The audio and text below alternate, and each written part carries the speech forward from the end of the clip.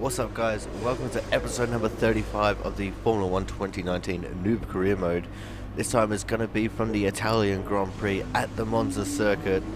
I'm really excited about this one because it looks like both chassis upgrades have gone on the car and the engine upgrade has gone on the car. So that's two majors and a minor upgrade that have all gone into the car for this one episode, which means that we should be looking at getting some ridiculous speeds down these straightaways. As we're having a quick look in the R&D tree of everything going onto the car, it's time for us to head to qualifying for the Italian Grand Prix. The pit lane will be open shortly, which means it's nearly time for qualifying for the Italian Grand Prix here in Monza.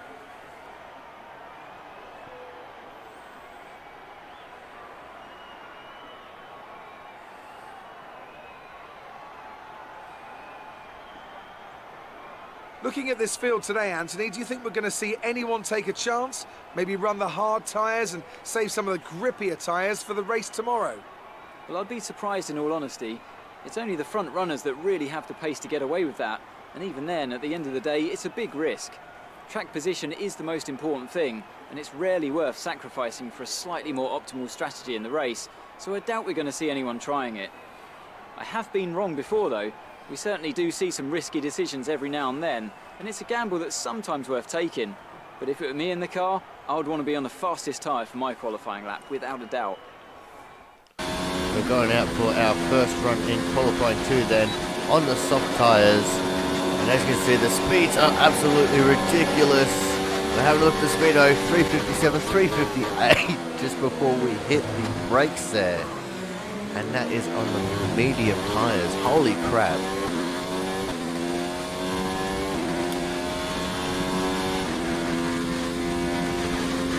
Making our way around the old turn 1 into the small chicane here, just before the Lesbos.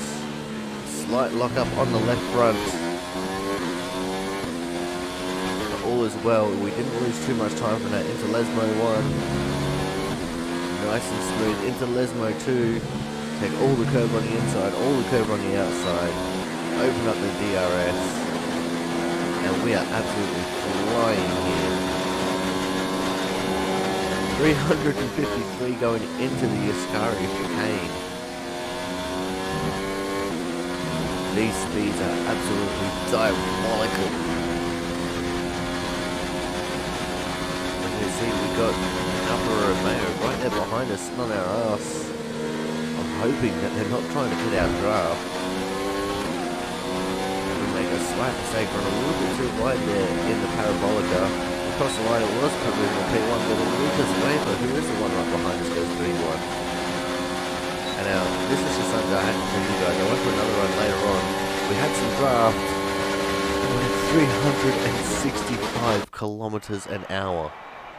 That is nuts. We have a look at the results of Q2 here. Lucas Weber on the pole. Kimi Räikkönen now P2. Bottas 4th. Myself just sneaking in 10th. And George Russell and Devin Butler. Oh, sorry, George Russell out of Q1. Devin Butler down in 15th position. We move on to Q3 now. And we should have a much easier time of getting some positions made here. Being on the soft tyre. This is the second run of the session for us. We had a fairly easygoing first session there. Oh, sorry, first run in this session. And you can see we're already up on our time, not by much, but just enough to consider showing you guys this lap instead of the other lap. In fact, we gained a lot of time there through that first small chicane. Lost a little bit in the first Lesmo, gained it back in the second Lesmo. Ascari, we're going to gain or lose some time there. We've gone purple to the second sector.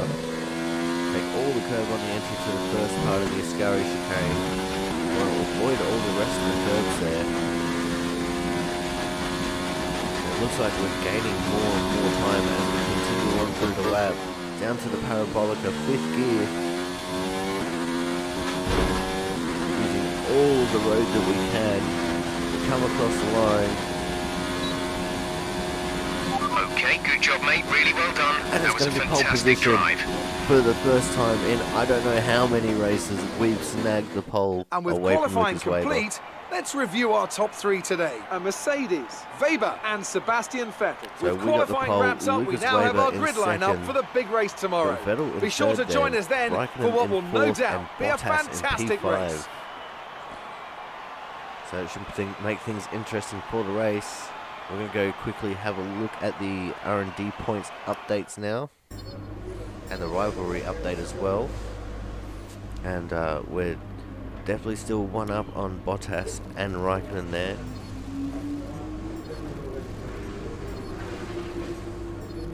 As far as the resource points go, nice little hole of points there, bringing us up to 822. I'm going to check the weather real quick. Looks like we could have some rain at the end of the race, but that's alright because it's time to go for the race. The Italians love their cars and they love their racing. And of course, they love it here at Monza. Home race for Ferrari, of course, who've had 18 wins here since 1950. But you know, there's not been so much luck for the locals in the cockpit recently. The last Italian driver to win this race was back in 1966. So what now? I think it's time to make some more history here today. And I'm joined once again by Anthony Davidson to bring you the lowdown for today's race. Let's start with Alfa Romeo. What do you make of their performance so far this season? Well, the atmosphere within that team seems very positive at the moment.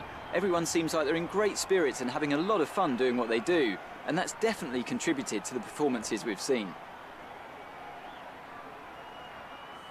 It's time to take a look at our starting grid for today's race. It's Mercedes in pole position then, with Sebastian Vettel starting alongside. Considering the rest of the grid, we have Raikkonen, Bottas, Nico Hülkenberg and Perez, Verstappen, Gasly, Hamilton and Antonio Giovinazzi, Leclerc, Weber, they've taken a grid penalty, Kevin Magnussen and Ricciardo, Butler, Stroll, Alexander Albon and Carlos Sainz. Norris and George Russell ends our grid lineup.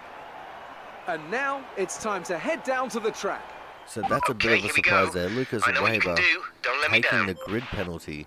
We have a look at the strategy. Very easy strategy for us to pull off.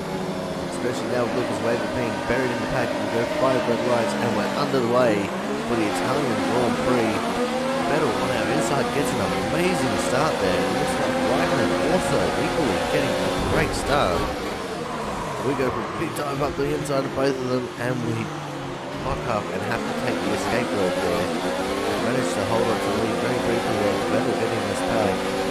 But we're holding on station ahead of Kimi Raikkonen right now. Vettel very defensive here into the first chicane. We're going to sneak around the outside, give it all the room on the inside, take the rest of the room on the other inside, and that's us into the lead of the Italian Grand Prix. As we go through the Lesmos now for the first time, thundering down this straightaway that leads on to the Ascari chicane.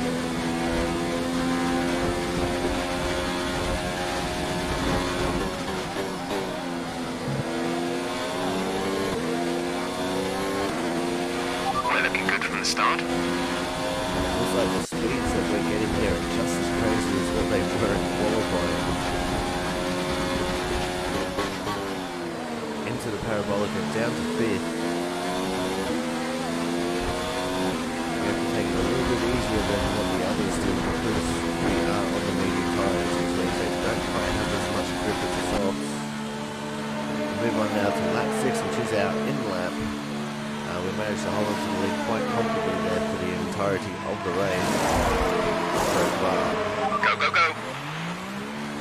Coming out of the pits now. Looks like we're going to be around he's just gone past us. Look after these tyres now. We want to finish the race on this compound. In front of us. Norris, that's going to be stuck in behind. Move on to lap 7 now. We've got Lance Stroll that we're going to deal with. And he's making a move on Ricardo. We're going to make a move on Ricardo too. Someone's coming out of the pits and we're going to go and make a move on Stroll as well. I guess that effectively makes that a triple overtake into turn 1. We now move on to the middle stage of lap 8. We've got some yellow flags in the area. It looks like it might be behind us.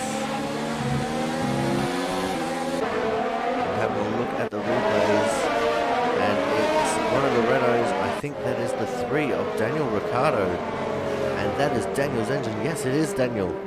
Daniel's engine has just said, nope, no more. Until the green flag, VSC ending, wait for green. Virtual safety car has ended just about a lap later. We're right on the back of Carlos Sainz here. Alexander Albon and Kimi Raikkonen just up ahead as well.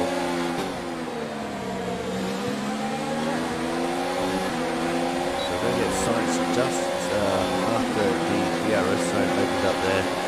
Albon staying to the left, being very defensive, forcing us onto the grass a little bit though. And we go around him on the outside of the entry to the Ascari chicane. It looks like we've got yellow flags behind us as well.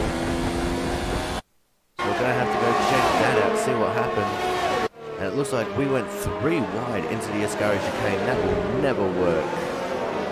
And the big loser there was Lando Norris, who has been sent into the tie barrier there and reverses across the track. That's dangerous. Good job. That was the fastest lap of the race so far. We get the fastest lap of the race, and we get the overtake on Kimi Raikkonen here as well.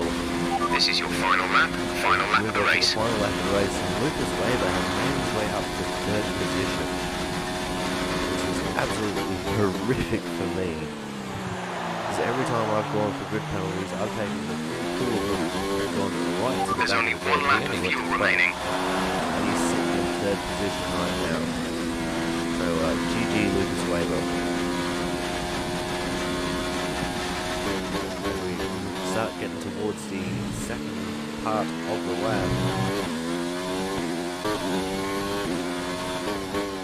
into the first lane line, nice and smooth,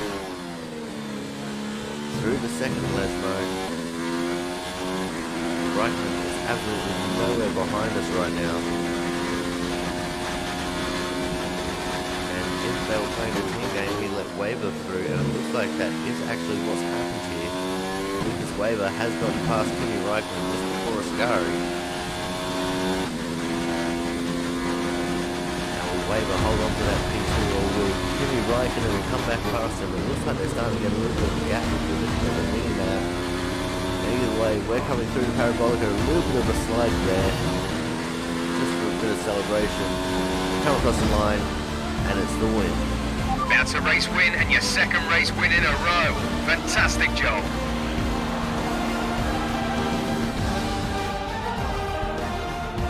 So, another fantastic victory for the Silver Arrows. Anthony Davidson, how do you think they were able to set themselves apart today? Well, I know it's a bit of a boring answer, but the truth is they simply had the best speed package on the day, and a driver who knows how to take advantage of that.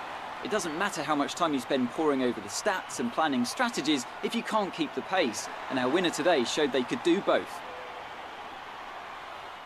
So after a magnificent race, we can now see the drivers making their way to the podium. Once again, it's the Silver Arrows who take top spot, a well-earned victory for Mercedes.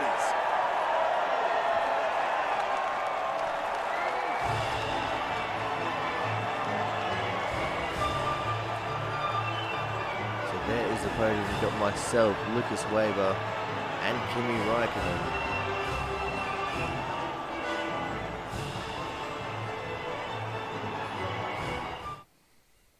So let's review the updated driver standings. Our current championship leader dominated the track, securing a win and further increasing their advantage. Some amazing talents out on the track today. But Anthony, who would you pick as your driver of the day? Well, I have to give it to Lucas Weber. Cool, calm, collected, a very consistent performance, and one that he can definitely be proud of today. It's time to check out the constructors' standings. The lead at the top comes down after a strong weekend from the challenging pack. And with that, we wrap up another weekend of motorsport. But with more races lined up, be sure to join us when we come back with more Formula One. Starting dead last, not bad at all. We'll have a look at the standings now.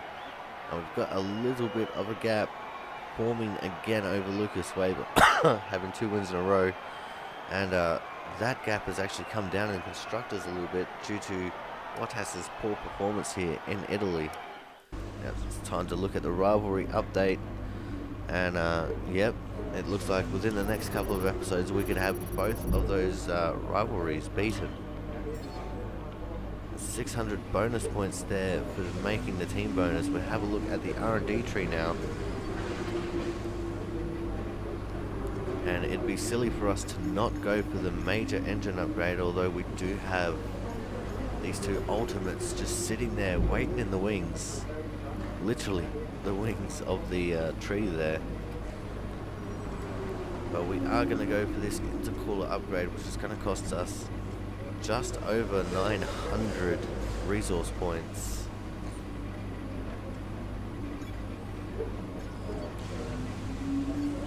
So now it's time for us to go and have a look at the rest of the tree here, see what we might look at doing in the near future.